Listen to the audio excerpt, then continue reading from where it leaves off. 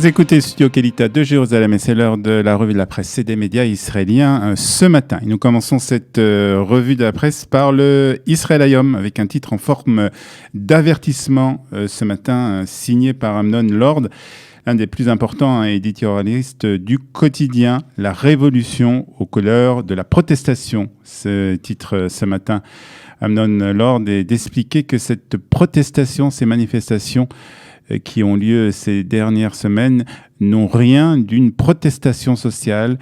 Les manifestants se servent de cette situation, de la situation économique pour organiser un putsch, une révolution. En 2020, ce n'est pas une protestation, écrit Amnon Lord, mais une technologie de destruction sociale, exploiter une urgence épidémique pour placer des explosifs dans les joints sensibles de la société israélienne, écrit donc ce matin le journaliste du Israël Hayom. Il raconte comment, en se promenant dans les rues de Jérusalem pendant les manifestations de samedi, il a vu, selon lui, la haine dans les yeux de certains manifestants. C'est le message que le Premier ministre a aussi transmis hier au cours d'une conférence de presse avec le ministre de la Santé. Jamais une si petite minorité n'avait bénéficié d'une telle couverture ni été traitée avec autant de prévenance, a déclaré Binyamin Netanyahou lors de cette conférence de presse, des propos qui sont repris ce matin par le Israël Hayom. Et puis le Yediot Ahronot nous parle, lui, ce matin en première page, de la colère des médecins. Ils sont en colère et inquiets surtout, c'est ce qui nous explique ce matin Adir Yanko dans le Yediot Ahronot. 816 médecins, infirmières et infirmiers et employés des services hospitaliers sont atteints du coronavirus en Israël. C'est le nombre le plus important depuis le début de l'épidémie, explique le journal. Et malgré que les médecins font très attention, que le service hospitalier, que les employés des services hospitaliers font très attention et que les mesures de protection sont prises, le nombre de contaminations ne cesse d'augmenter. Une situation qui, si elle continue, risque d'être très dangereuse pour l'État d'Israël.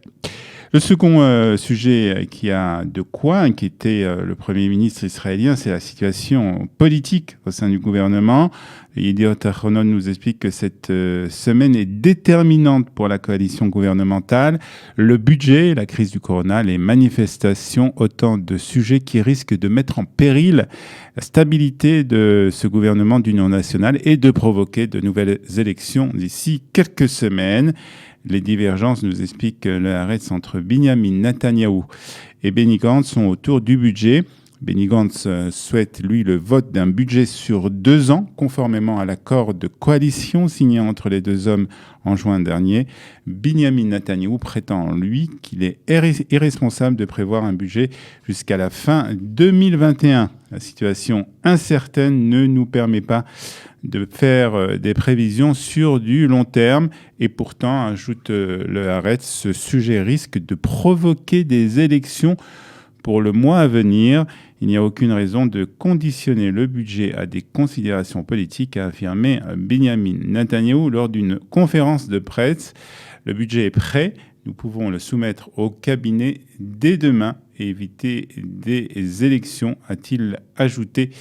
Des propos qui sont repris ce matin par le Israël Hayom. Et le Israël Hayom aussi, qui donne ce matin la parole à des Israéliens, des citoyens israéliens inquiets, mais qui ont une vision différente de la situation.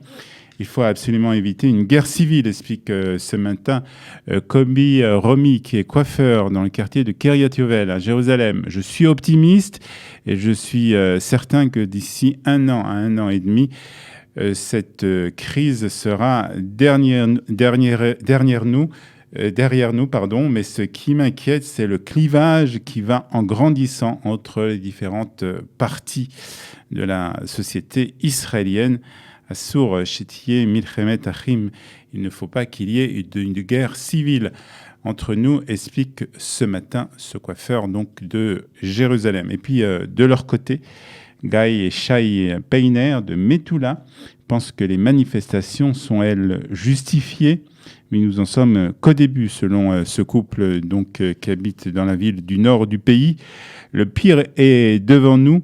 Les manifestations vont s'intensifier lorsque les gens commenceront à avoir faim, explique donc Guy et Shai Peiner dans le Israël Hayom. Ce matin, donc, les Israéliens prennent la parole dans ce quotidien.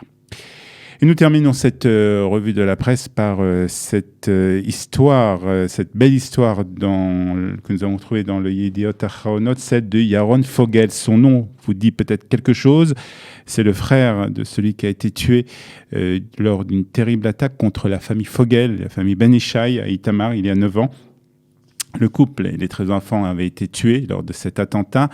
Hier, Yaron Fogel a décidé, avec l'accord de ses parents, de donner un de ses reins à une personne qu'il ne connaissait pas. Il faut se souvenir que dans la vie, le soleil brillera toujours. La question est de savoir si tu décides de vivre du côté ensoleillé ou du côté de l'obscurité. Explique donc ce matin Yaron Fogel, après avoir donné son rein à une personne qu'il ne connaissait pas.